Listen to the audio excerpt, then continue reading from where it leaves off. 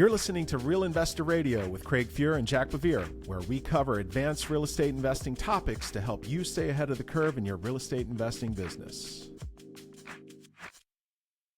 Hey, welcome to the 2025 season of Real Investor Radio. Jack, it's good to see you.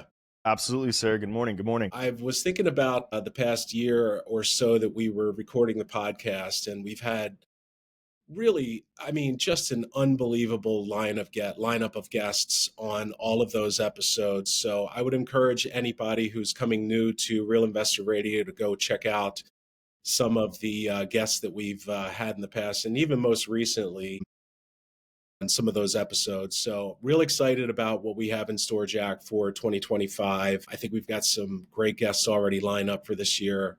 And I couldn't be happier with the way the podcast is going right now. How about you? Yeah, absolutely. We had Peter Linneman on, who's a real estate professor at the University of Pennsylvania. Incredibly sharp guy. He publishes a quarterly newsletter on macroeconomics and really goes through each of the real estate asset classes and talks about what he thinks is important and what is affecting each of those submarkets. And I just find that he's got just an amazing way of distilling what seem to be very complex topics into very easy to understand, just the crux of it, right? He really distills it down to what matters and what doesn't.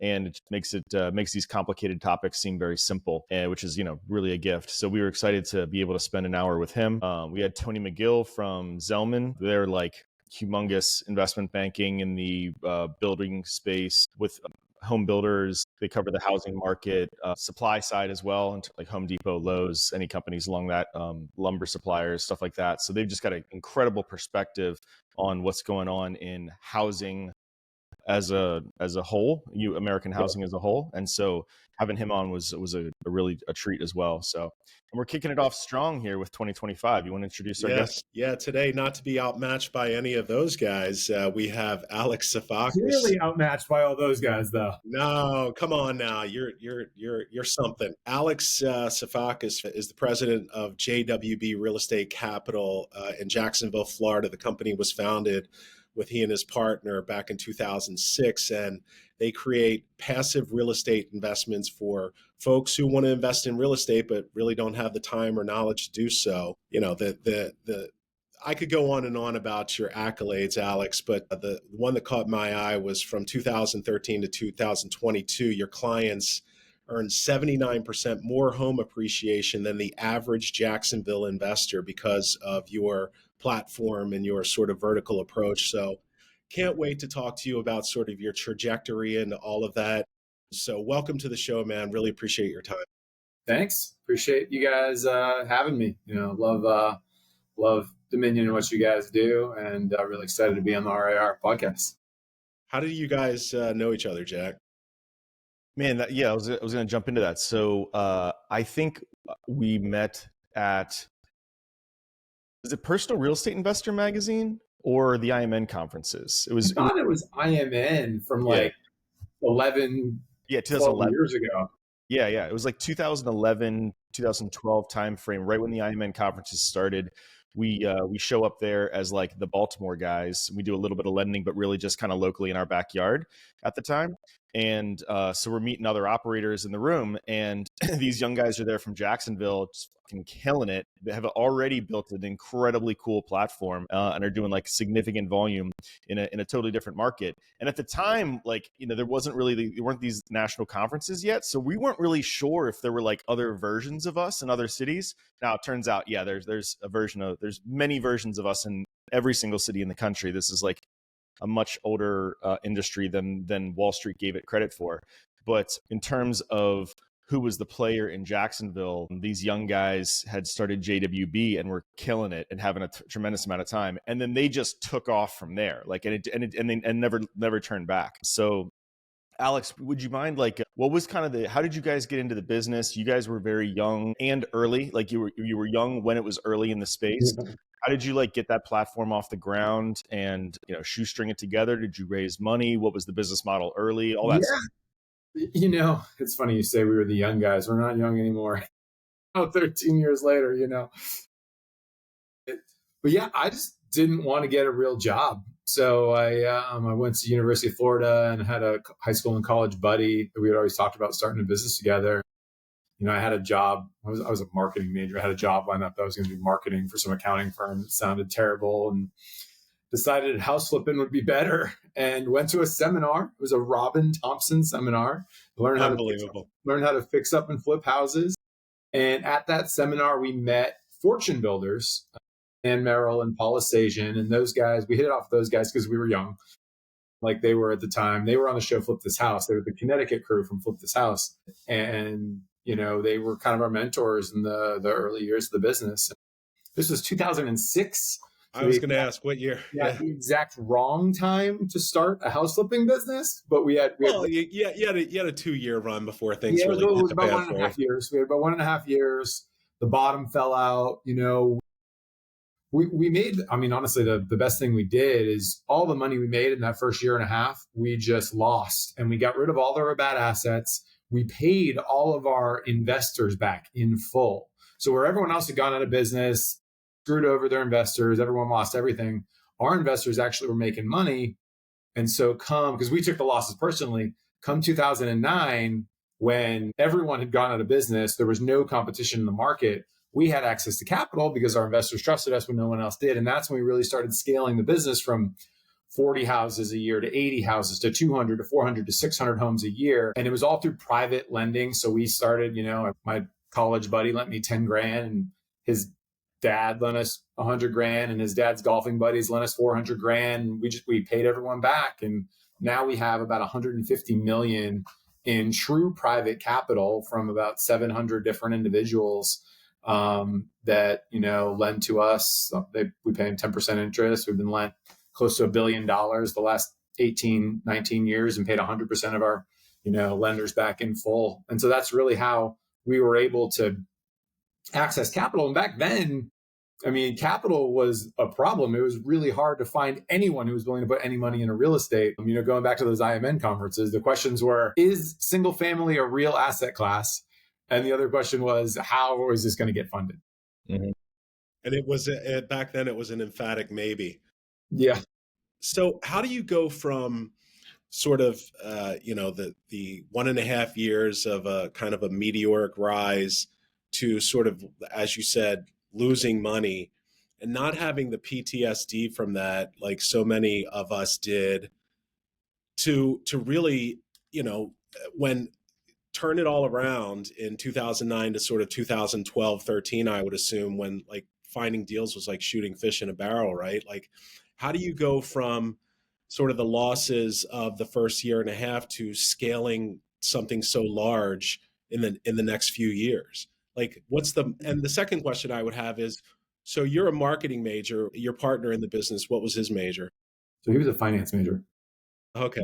And it's funny because now he actually became the marketing guy and I became the acquisitions guy. That's funny how that happened. But yeah, so how we scaled it, honestly, I think a lot of life is timing. And we were too young and stupid to realize the whatever risks there were. And we also didn't have a lot of responsibility. I was 23 years old. I was like, why not go for it? So that's one of the reasons. I think the other reason is we saw the path. I've always been kind of a think outside the box, contrarian, and housing has been here. It survived the Great Depression. It survived wherever. And so just understanding that there's always, that's that Warren Buffett quote, when other people are fearful is when you need to be greedy. Right. And we just knew we had to figure out how to keep the doors open. And then there was going to be a tremendous opportunity. And we read a ton of books, and when we started the business, we'd always planned on scaling it. So like the E-Myth was one of the first books. It was, Rich Dad, Poor Dad is what got us started, got our asses off the couch. We were just drinking Busch Light all the time in college. It was like, hey, we should probably do something. We read Rich Dad, Poor Dad. And then the E-Myth was about, and the mentorship from Than and Paul, the Fortune Builders guys, about how everything you're doing, think about building a system so that you can remove yourself from it, you can scale it. And so even when we were the guys doing the demo work in houses, we were thinking about how we were going to build the system so that we didn't have to be the demo guys. And very quickly, we weren't the demo guys. And that's how we were able to scale the business, just by bringing on great people. And that's really the third thing, is we started hiring people pretty early. Mm-hmm. And we screwed up all the hiring, of course, but we were focused on making sure we were bringing the right people on the team. And that's been the key to the sustained success of our business, is our people. And we've got a tremendous team that does all that, the hard work day in and day out. And they focus on our clients and our residents, making sure that our clients are making money, that our residents are happy and having an amazing experience. Yeah. And if you do those things, and our job, is to focus on the team so that they can focus on the residents and clients. And I think that's one of the reasons we were able to scale so quickly. What was the revenue model early on? Were you wholesaling, flipping, selling turnkey rentals? I mean, you guys have turned into a humongous turnkey rental provider, the guy in Jacksonville. But early on, was that also the case? No. So early on, we were wholesaling. So when we started, we were just straight wholesaling. And then we got into holding houses. Actually, because money was free back in 2006. By the time the market crashed in 2008, we owned 40 rental properties. Because so we were buying, we were pulling out all of our cash, refinancing. It was funny, we still have the denial letter. We had like 13 loans in process in, October 2008, when like everything just stopped. And we're sitting there like, holy shit, what are we going to do? Because all of our cash was wrapped up in these houses. So we were wholesaling. We started doing a little bit of retail, a little bit of fix to sell to homeowners. And then we were keeping a lot of homes. And that was our plan, was always to wholesale or flip to make money and to build a portfolio so that we could have cash flow and retire. And then come 2009 and 10, if you guys remember back then, there was an $8,000 home buying tax credit that if you bought a home, the government gave you $8,000. And that really ramped up our home sales to owner occupants. And then when that stopped, which I believe was 2010, is when we switched to turnkey sales. And there was a great company called Memphis Invest, which is now REI Nation. And we still are good friends with the Clothiers.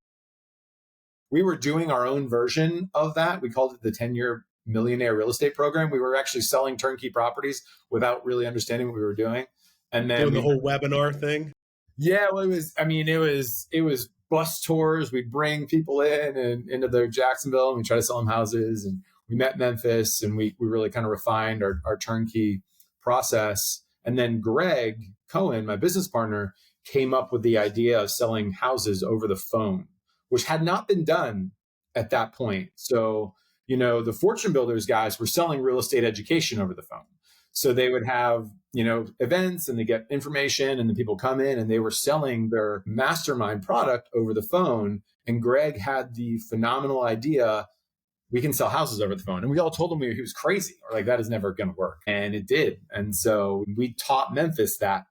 We taught Memphis how to sell houses over the phone. And now it's, everyone does it, but we were really pioneers in that model. And so we scaled up that turnkey business. That became 99% of our revenue, over the last 14 years. The last 2 years, we've shifted again a little bit, but so we were selling 500 turnkey properties a year, in 19, 20, 21, 22. Something that you guys did, that is found really unique at the time, especially like early, was that you're doing those in their new construction, right? You're selling the same house over and over and over again. The JWB house, you guys have it's like 5 models, right? Like there's, it's the same thing over and over again, which really I'm sure gave you guys tremendous efficiencies of scale.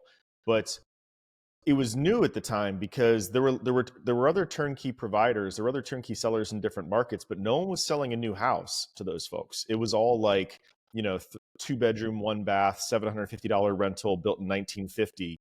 That was a rental. You guys came in with this 2.5, 1,260 square foot new construction. Like, it's gorgeous. And when did you guys start doing new construction? How did you learn how to do that?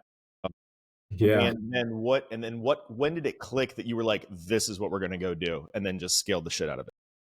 Yeah. So it was 2011 who now, our main builder and really good friend, Richard Briggs with American Classic Homes, came to me, and he said, hey, I can build a house for you, the lot and the house, for 65 grand. And you'll be able to sell it for 85 and you can make money. And I was like, you're crazy. There's no way. Because back then, remember, the whole thesis was below replacement cost. Yeah. It was we can buy home below replacement cost. And that's why it's a no-brainer. So in my mind, I'm like, well, if you're building, it's not below replacement cost, so it doesn't work. And then he showed me, he's like, you don't have to give me any money up front. I will build the house for you. And only when it's done, you will pay me $65,000.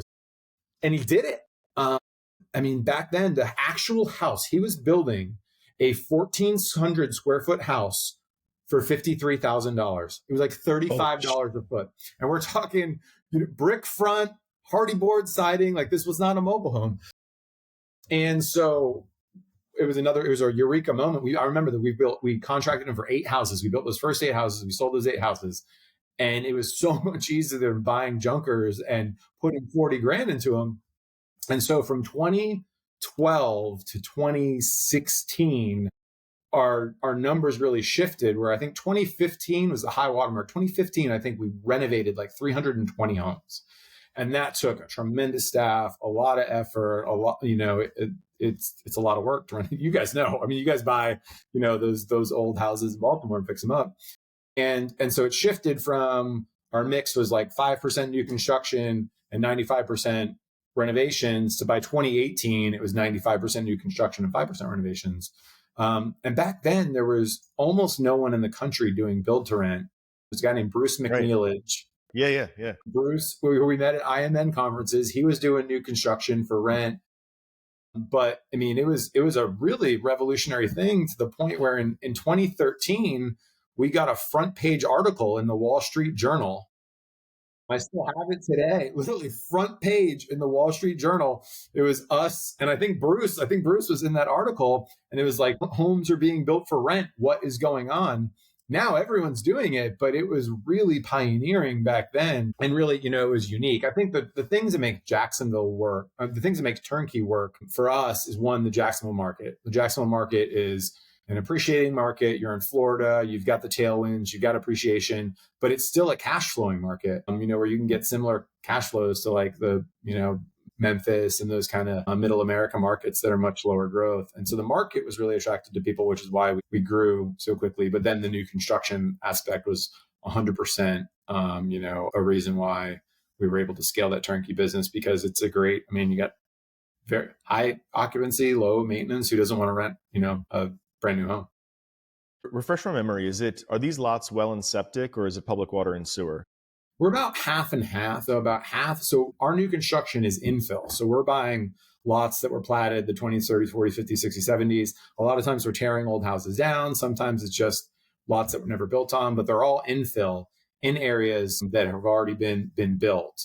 And so we're buying these lots for $5 grand, 10 grand, 20 grand, 50 grand, depending on the neighborhood. And then because of our scale, we're able to build pretty inexpensively. And that's shifted, as home prices have gone up, our neighborhoods have shifted somewhat.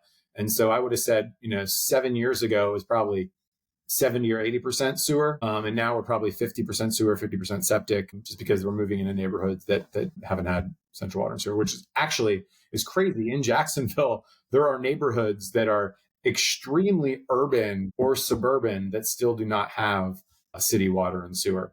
Jacksonville is also 3/4 the size of Rhode Island. So it is a massive city that would be probably 10 or 15 different cities in most geographies around the US. Yeah. So in 2011, you get into the home building space, build to rent, and I assume you were selling some as well. I think I heard you say.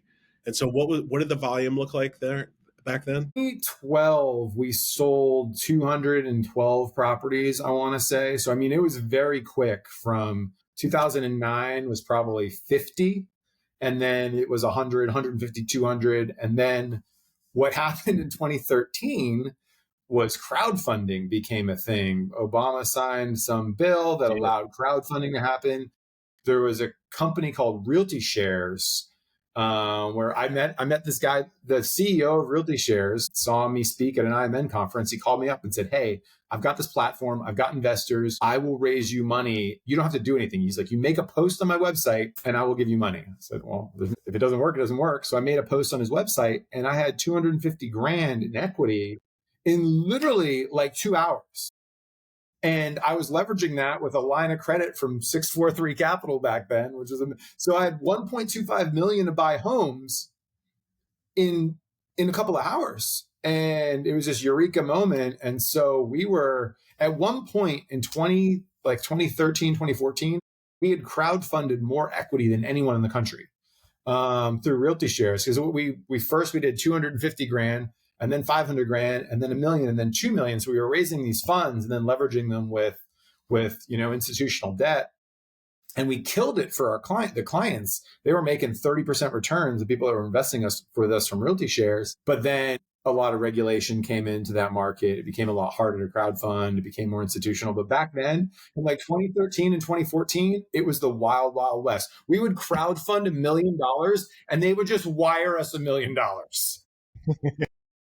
There was no controls. There was no nothing. It was amazing. And because we always do the right thing, like we made a ton of money for their investors. We were one of their top sponsors, but there was other people that were not doing the right thing. And so a lot of controls came in. It became a lot harder to work with crowdfunding. So we actually probably stopped in like 2017, I think. So we don't crowdfund money anymore. But that enabled us to go from 200 homes and only using private lending, which is amazing capital, but it's slow because it's referral based. And so that's how we were able to get from 200 to, by 2015, 16, we were doing 500, 600 homes.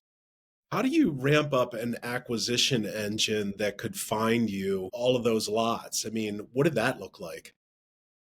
Well, seems to be like that would be the constraining variable here. Like, holy crap, we've got all this money. How do we go find the land? Well, because we grew up wholesaling, that was what we knew how to do. When we started the business, I was out, literally me and Greg were out sticking the We Buy Houses signs in the yard till 5 a.m., every Friday night. So they'd survive the sign police over the weekend and we get more calls off them. Like we knew that business. We had an acquisitions team and we had really great relationships with local people. So when it was back then, we were probably buying 50% of the properties ourselves and buying 50% through wholesalers because we had a great reputation. We closed. And so we had a network of all the other guys that were putting out We Buy Houses signs. We were their first call. Also, we were one of the only people back then that was doing infill building. It was us and American Classic Homes. No one else was doing infill building. So there was no competition for those lots back then. Everyone that had a piece of land or a lot called us. Everyone was so focused at the time, ourselves included, on discount to replacement costs, like you said before, right? And so it was like, hey, I'm going to buy this house that would cost me 150 grand to replicate, or 100 grand to replicate. I'm going to buy it for 65 grand. How could I lose? Great thesis.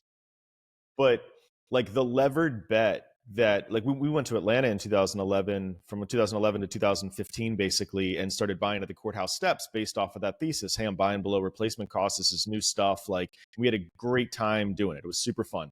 What I never did was buy the land though.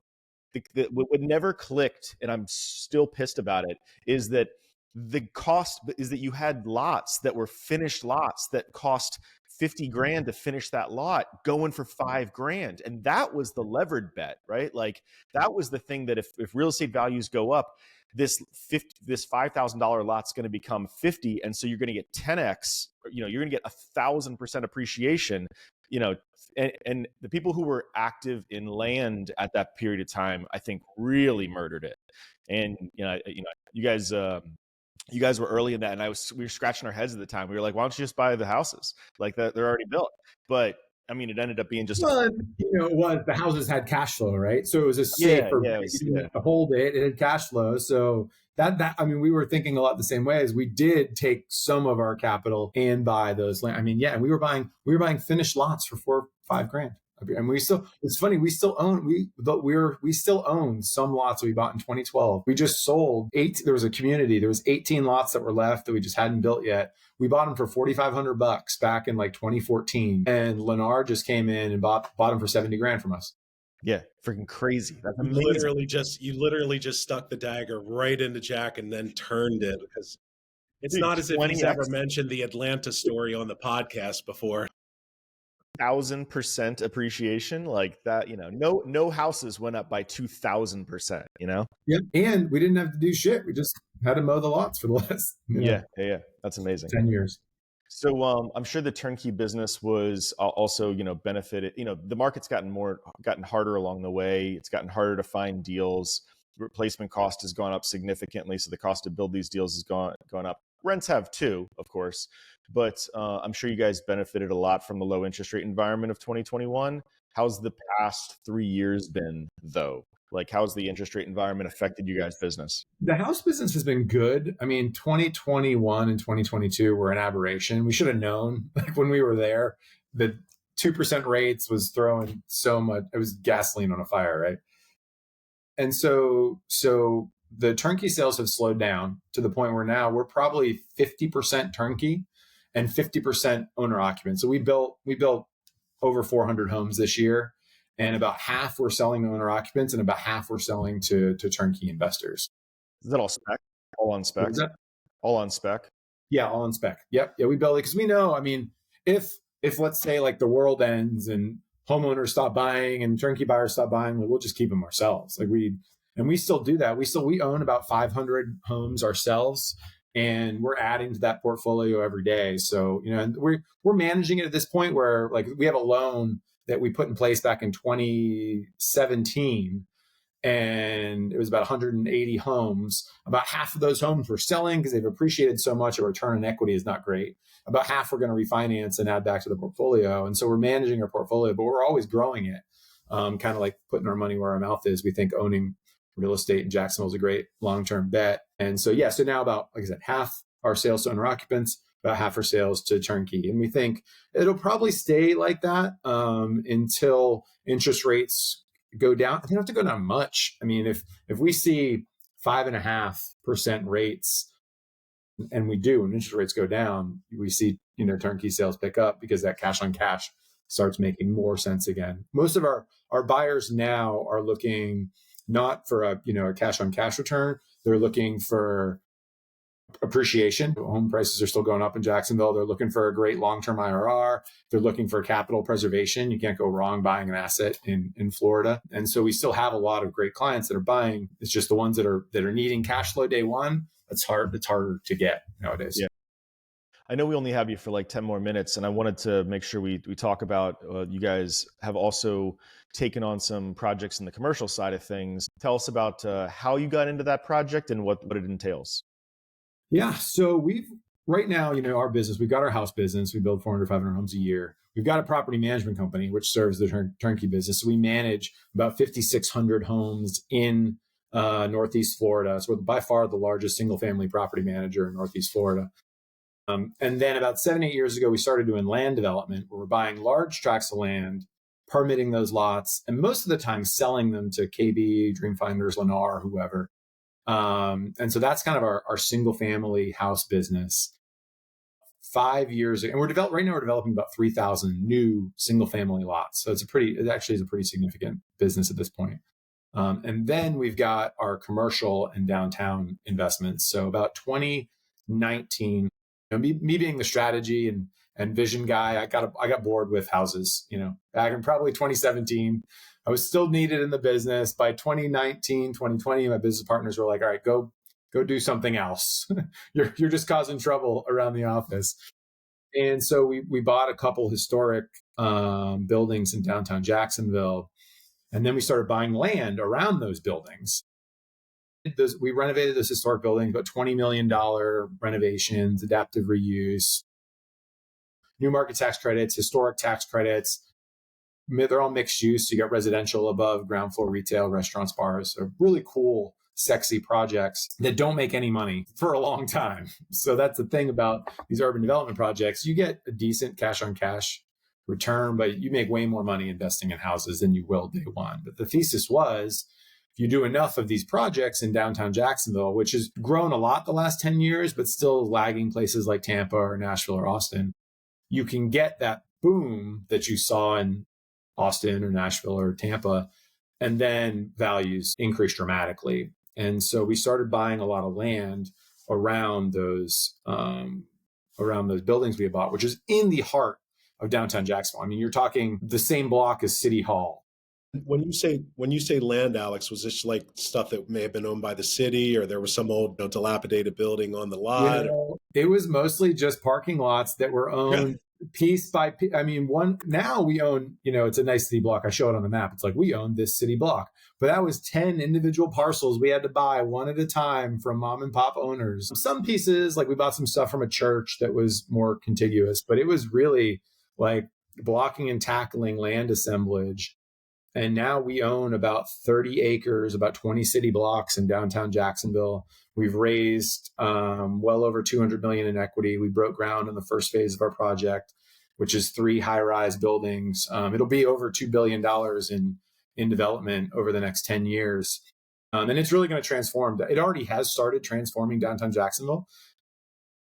Downtown Jacksonville right now, the residential is 96% occupied, with the highest rents of anywhere in Jacksonville outside of waterfront. It's $250 a foot for residential rents, 96% occupancy. Residential has gone from, there's 3,000 residents in downtown Jacksonville 10 years ago. Now there's over 8,000. So it's already been on an extremely upward trajectory. So we're just pouring gasoline on that fire. We're building true mixed use, amazing ground floor, grocery stores, gyms, bars, restaurants, with A-class residential on top. And our development team is the same development team that did Water Street Tampa, which is a $4 billion development in Tampa that totally changed downtown in Tampa. It changed Tampa. And so we've got an amazing team. We've got amazing, irreplaceable real estate. The support of the city behind us. Our first phase, we got $100 million in incentives. So it's a really amazing project that is it's going to change the city. It's going to crush it for our investors. We're still raising capital if anyone out there is interested in putting some easy money into downtown Jacks.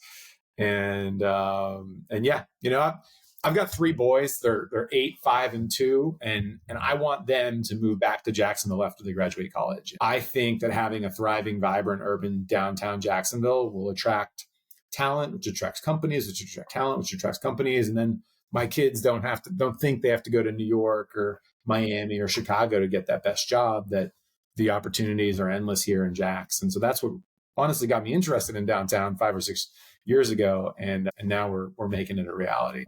Yeah. So you started that project, that journey, so to speak, 5 or 6 years ago? So we started buying land in neighborhoods around the historic core in actually 2013. But we started buying buildings in the core and land in the core in 2019. And so, and the thing was, the land, so there's a neighborhood in downtown Jacksonville called Brooklyn. We were buying land there for $1 to $3 a foot back in 2013. So now land there selling for $50 a foot. But you couldn't get those sort of, how did you finance the early phases of that? Right? Like, we were buying stuff for 5 or 10 grand. Is it just your equity? Are you raising capital for this? Like, how are you pitching that vision in the early innings? That's like such a heavy lift. Well, if we're talking early innings in 2012 and 2013, we were picking up literally a third of an acre for 15 grand. Holy shit, really? Yeah, he's paying for it out of his right hip pocket at that point. Like when you're talking, so $1 million an acre is $25 a foot. So if you're buying stuff for $2.50 a foot, that's $100 grand an acre. It's not hard to do that. And that was why we bought in the outskirts around downtown. We couldn't afford land in downtown at that point, but our land basis in our downtown Jacksonville, like in the middle, adjacent to existing high rises, adjacent to City Hall, is less than $1 million an acre. Our land in downtown Tampa right now is 10 to 15 million an acre. But to your point, back in 2013, I still couldn't afford to sit on stuff for $1 million an acre. I could afford to sit on stuff for 50 grand an acre. And so that's what we did back then. And then in 2020 and 2021, when we started buying stuff in downtown, that was when the market was on fire. We had so much money. We were also just using our cash. We were looking for a place to put our cash. And so we started buying land in downtown Jacksonville. When we realized that to develop this land, we were talking about billions of dollars, is when we went ahead and raised equity. And by that point, we had the land, we'd had a vision. So there was something to sell to investors to raise the capital. Yeah, it wasn't a blind pool idea. Yeah. That's amazing, man. Super fun. Alex, we only have you for a few more minutes. Talk to the people who are listening, man. Like, what excites you about 2025 and the vast experience that you've had? And what are some of the pitfalls that you might be seeing that might be coming our way? 2025, I think, is a time to be selectively aggressive. I just was talking to a guy, we managed some properties for him, and he is picking up an apartment complex for 60% of what it traded for 2 years ago. And the existing lender on it is financing 90% of that at 4%. So there are deals out there. They're not like falling off of trees right now. And I think the distress there's not going to be a ton of distress because there's deals out there. Lenders are not trying to foreclose. They are trying to work out deals. They're trying to make things happen. But I think there are deals to be found. And I think it's going to be another year to really focus on operations, to make sure you've got a great team, to make sure that you're ready for the next boom. I mean, for me, I think downtown is where we're focusing because we are in full go. We are expecting rents to go up, the restaurant, the retail, the demand is going to increase there.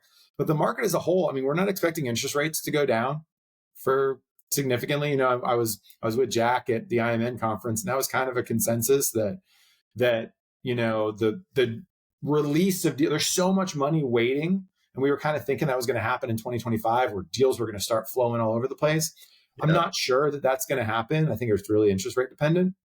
And so we're focusing on getting better operationally, continuing to pick up margin where we can, and to focus on those things that are great deals, and to be ready for when the next opportunity arises. And pitfalls for us being in Florida makes it, you know, we've got tremendous tailwinds, so that can cover up a lot of mistakes. But I think, you know, I'm really focused on interest rates for, I think, single family homes. That drives a lot of the market. For multifamily drives a lot of the market, and making sure that we're putting out a great product.